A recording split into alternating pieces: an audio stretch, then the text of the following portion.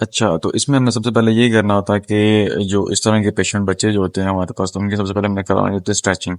ठीक है, इसमें स्ट्रेचिंग के अलावा इनकी जो रेंज ऑफ मोशंस होती है हमने वो कंप्लीट करवानी होती है। तो इसके अलावा इनकी हम लोग स्ट्रेंथनिंग के ऊपर फोकस करते हैं या इनकी स्टेबिलिटी के ऊपर फोकस करते हैं। तो अगर आप देखें तो इसमें जो है सबसे पहले जो है मैं वो क्या करवा रहा हूँ कि इसका बेसिकली जो है ना क्लाउड फुट है, जिसमें जो है ना ये बाय बर्थ बच्चा ऐसे था। और मेरे पास जो ये तकरीबन 8 या 9 दिन का था ये जब से मेरे पास आ रहा। और अभी आई थिंक सो इसको बच्चे की जो एज है वो 8 to 9 मंथ तक हो चुकी हुई है। और माशाल्लाह से वो बहुत हद तक रिकवर कर चुका हुआ है।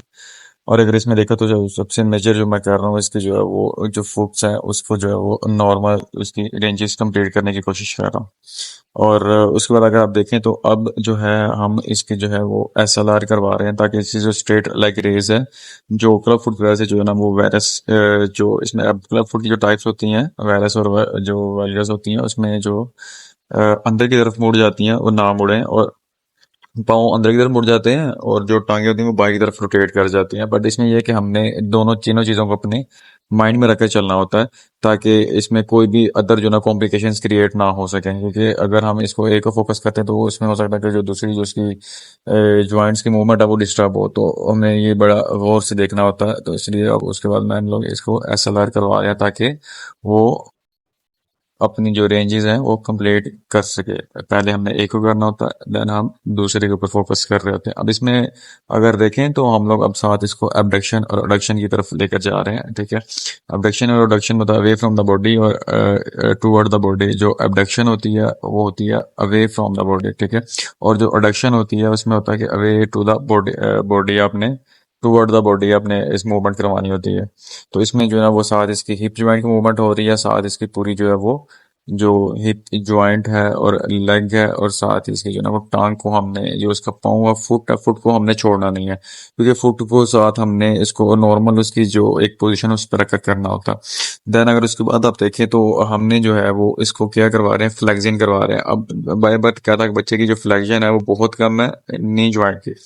तो हम क्या कर रहे हैं, हम कर ये रहे हैं कि हम जो है वो इसकी जो नी जॉइंट है उसको तकरीबन जो है वो एक बिल्कुल बियरेबल रेंज तक इसको करने की कोशिश कर रहे हैं, जितना वो उसमें इसको पेन फ्री रेंज कर लें इसको, ताकि इसको हम लोग नॉर्मल इसको लेकर जाएं। अगर देखें तो इसकी जो राइट साइड थी वो काफी नीचे बेंड हो रही थी, फ्लेक्स हो रही थी, बट जो इसकी लेफ्ट साइड है वो थोड़ी सी डिफिकल्ट है और वो काफी स्टिफ थी फ्रॉम बर्थ बाय बर्थ।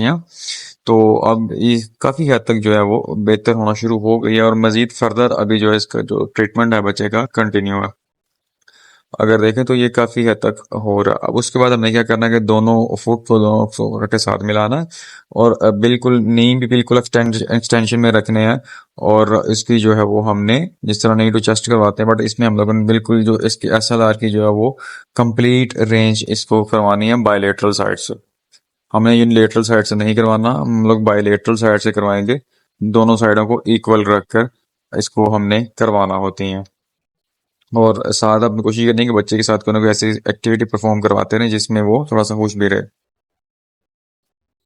अब उसके बाद अगर हम करें तो अगर अपना अपर लिम्ब की बात करें तो इसमें अब इसके जो दोनों हाथ हैं वो भी जो है वो रेडियल क्लब हैंड्स हैं, जिसमें होता है कि हाथ जो रिस्ट जॉइंट से मुड़ जाते हैं, मुड़े हुए होते हैं, या उसका जो अंगूठा होता है वो अंदर की तरफ होता है, या सम टाइम ऐसे पेशेंट होते हैं जिनके अंदर अंगूठा जो है वो मिस होता है। अब इसमें हम लोग इसको जो है ना वो स्कैपुला की भी मूवमेंट हो रही है साथ, और साथ ही इसके जो शोल्डर जॉइंट की मूवमेंट हो रही है, और साथ ही हमने इसके जो हाथ पकड़ के करवा रहे हैं ताकि इसका हाथ जो है वो नॉर्मल कंडीशन में मूव करे। अब इसमें यह है कि बच्चा जो है वो क्राई कर रहा है, आपने क्या करना है कि उसको उसके पेरेंट्स को या साथ जो उसके अटेंडेंट है उनको ये रिकमेंड करना कि आपने इसको किसी न किसी एक्टिविटी में इन्वॉल्व करें, ताकि बच्चे का ध्यान उस तरफ हो।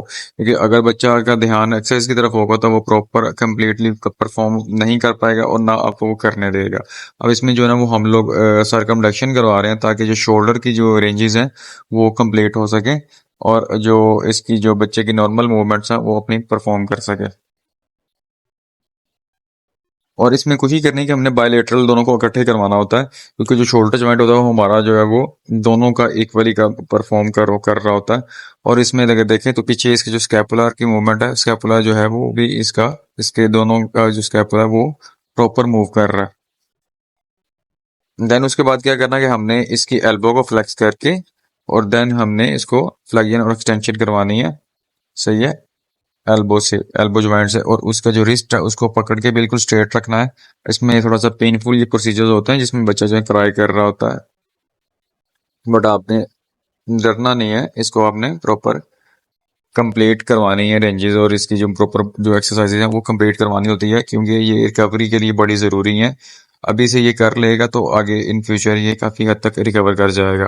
अब सेम वही चीज़ के रिस्ट जॉइंट में अगर हम लोग पकड़ के इसको करवा रहे हैं तो इसका एल्बो फ्लेक्स्ड है, और ठीक है अबडक्टेड इसको एल्बो फ्लेक्स्ड है, और इसमें जो है प्रॉपरली हम लोग इसकी रेंजेस करवा रहे थे। और प्रॉपर एक्सरसाइज करवाने के बाद अगर देखें तो बच्चा जो है ना वो करवट लेने की कोशिश कर रहा है। जिस तरह बच्चे नॉर्मली जो बच्चे होते हैं वो करवट चेंज करते हैं 8 से 9, अब की 5 से 6 मंथ के बच्चे जो है ना वो करवट लेना शुरू कर देते हैं, बट तो इसीलिए जो है वो ये बच्चा जो है इसके हाथों का भी इशू है और टांगों का भी इशू है, जिसकी वजह से ये प्रॉपरली करवट जो है वो चेंज नहीं कर पा रहा, बट वो हद तक ट्राई पूरी कर रहा है।